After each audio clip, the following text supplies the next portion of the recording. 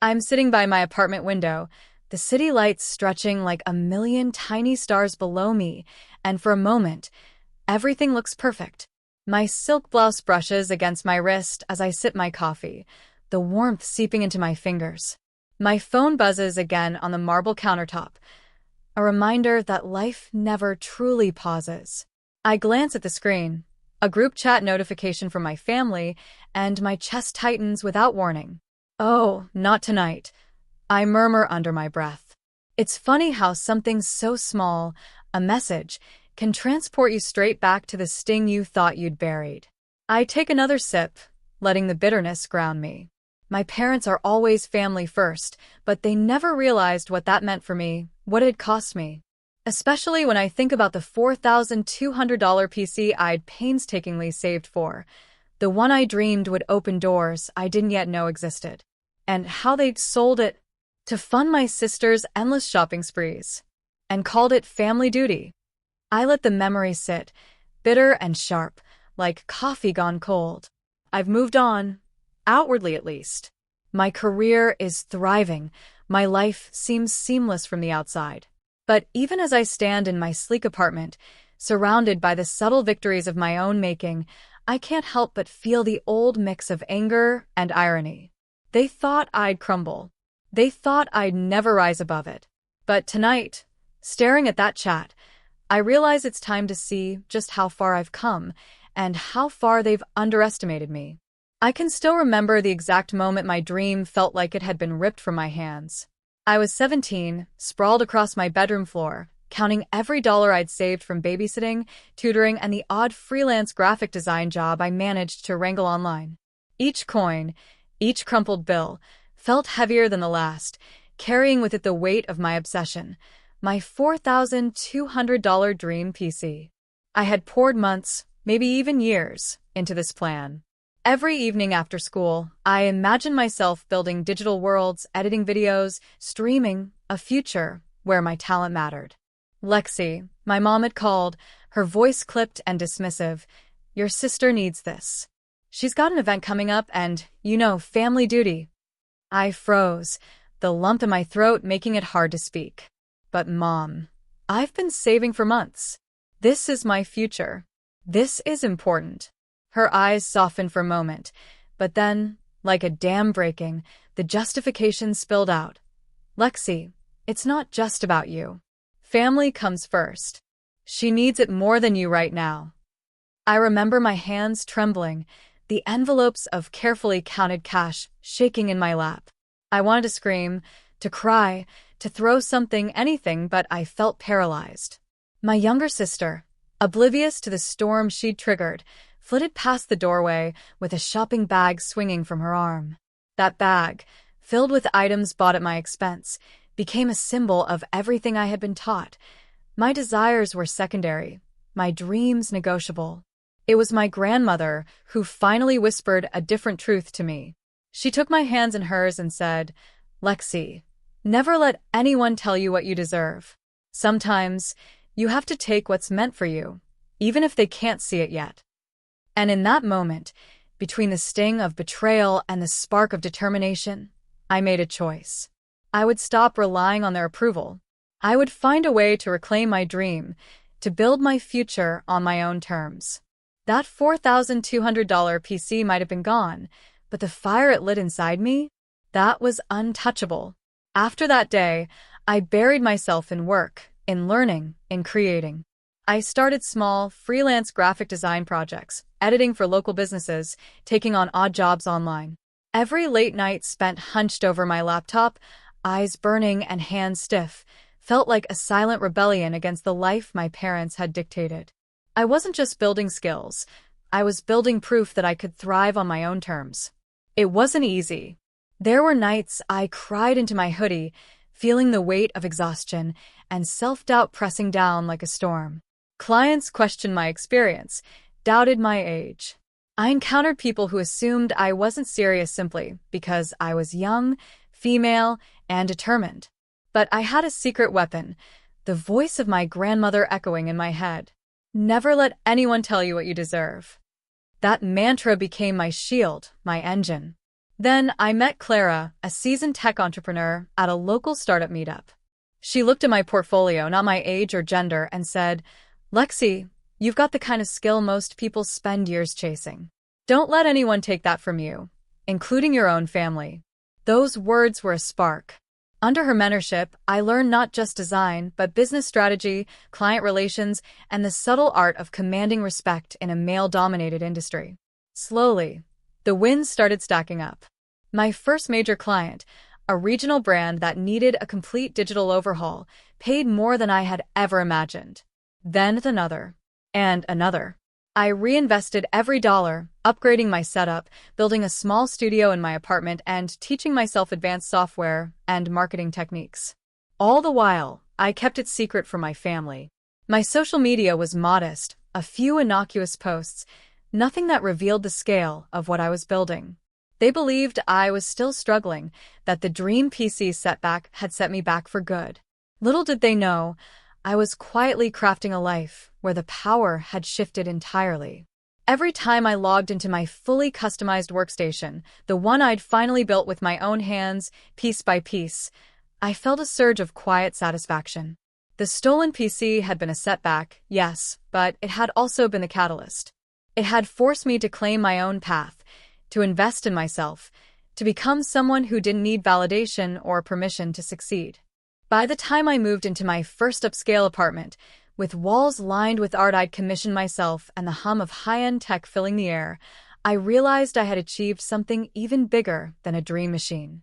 I had achieved independence, respect, and, quietly, power. And all of it had started with a lesson in loss. I hadn't seen them in years, not really. My parents, my sister, the same faces that had dismissed my passion and celebrated her every whim. And yet, there they were, standing awkwardly in the doorway of my apartment, a bouquet of forced smiles and veiled curiosity. "Lexi, this place," my mother began, her voice faltering. She stepped inside hesitantly, glancing at the minimalist decor, the art lining the walls, the sleek workstation glowing softly in the corner. I leaned back in my chair, letting them take it all in. The sunlight from the floor-to-ceiling windows bounced off the polished surfaces, highlighting every thoughtful detail I had curated, my journey reflected in every corner. The hum of my high-end computers filled the space, a subtle symphony of my labor, determination, and late-night victories. My sister's jaw dropped the moment her eyes landed on the dual-monitor setup and the custom-built gaming rig that rivaled anything she'd ever seen. She'd grown up thinking I was fragile, that I couldn't even hold my ground, and now she was staring at a life I had meticulously built, a reality she had no part in. I finally spoke, letting the words flow deliberately, savoring the moment of suspension before I dropped the truth. "Do you remember the PC you sold?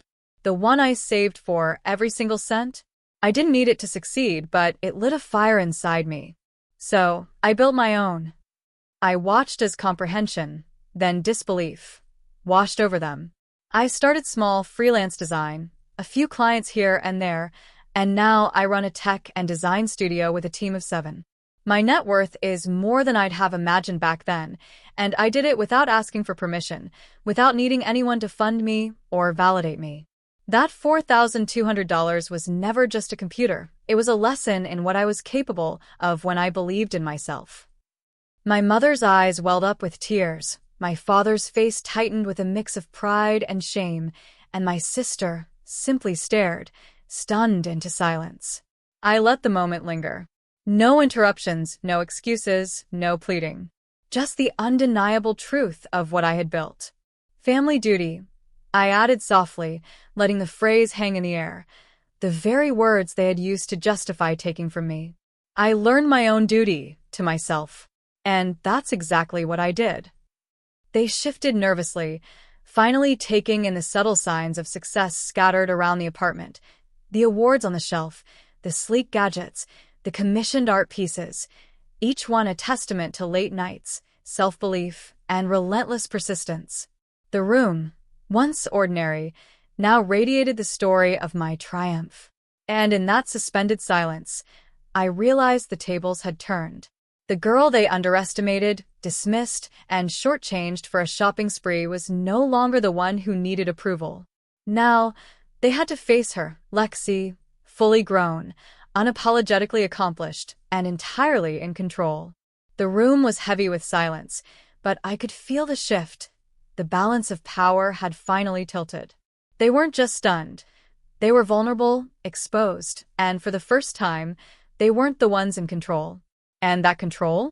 It was mine now. I took a deep breath, letting the calmness of my success settle over me like a shield. I've built this life on my own, I began, my voice steady, unwavering. And I am willing to help, but only if the rules are clear. Only if you're ready to meet me halfway.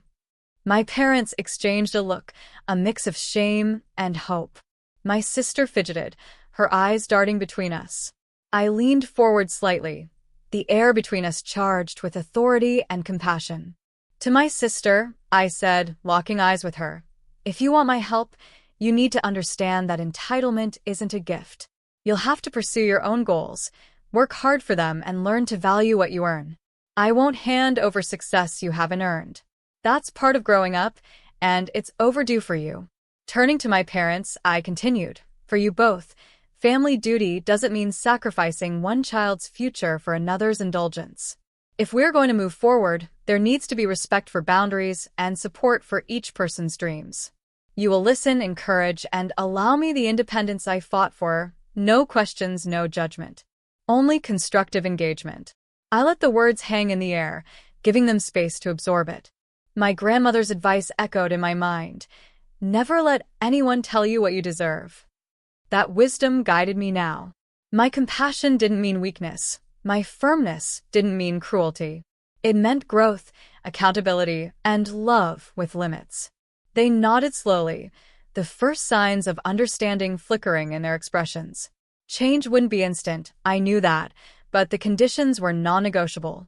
The old patterns had been broken, and this was the blueprint for a healthier, more balanced dynamic. For the first time in years, I felt truly powerful, not because of wealth or tech or recognition, but because I had reclaimed my voice, my agency, and my dignity. I was offering them a chance to be part of my world again, but on terms that honored my journey, my pain, and my triumphs. I watched them process it, each of them realizing that the girl they had underestimated was no longer asking for permission, no longer seeking approval. I was Lexi, strong, independent, unapologetic, and now, finally, my family had no choice but to meet me where I stood. Months passed, and the shift I'd set in motion began to take root. My sister, once wrapped up in endless shopping sprees, started taking night classes, sketching designs, and exploring her own ambitions.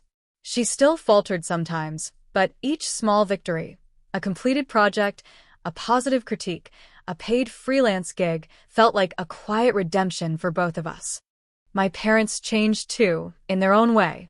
They learned to celebrate achievements without comparison, to ask questions without judgment, and to listen without imposing their old notions of duty. I forgave them, not because the past was erased, but because I had no more room for bitterness in the life I had carved out. I had earned my peace, and with it, the power to guide them toward a better version of themselves. One evening, I held the small keepsake from my grandmother, the silver charm she had pressed into my palm on the night I decided to fight for my future. I ran my fingers over it, remembering her words, "Never let anyone tell you what you deserve." It had been my compass, my secret fuel through every setback, every lonely night, every whispered doubt. Now it felt like a trophy of survival, resilience, and triumph.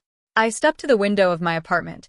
The city sprawled beneath me, lights twinkling like silent witnesses to everything I had endured and achieved. I thought of the stolen $4,200 PC, my family's indifference, the sting of betrayal, and I smiled. It wasn't the material loss that mattered. It was the life I had built in its shadow, the independence I'd claimed, the woman I had become.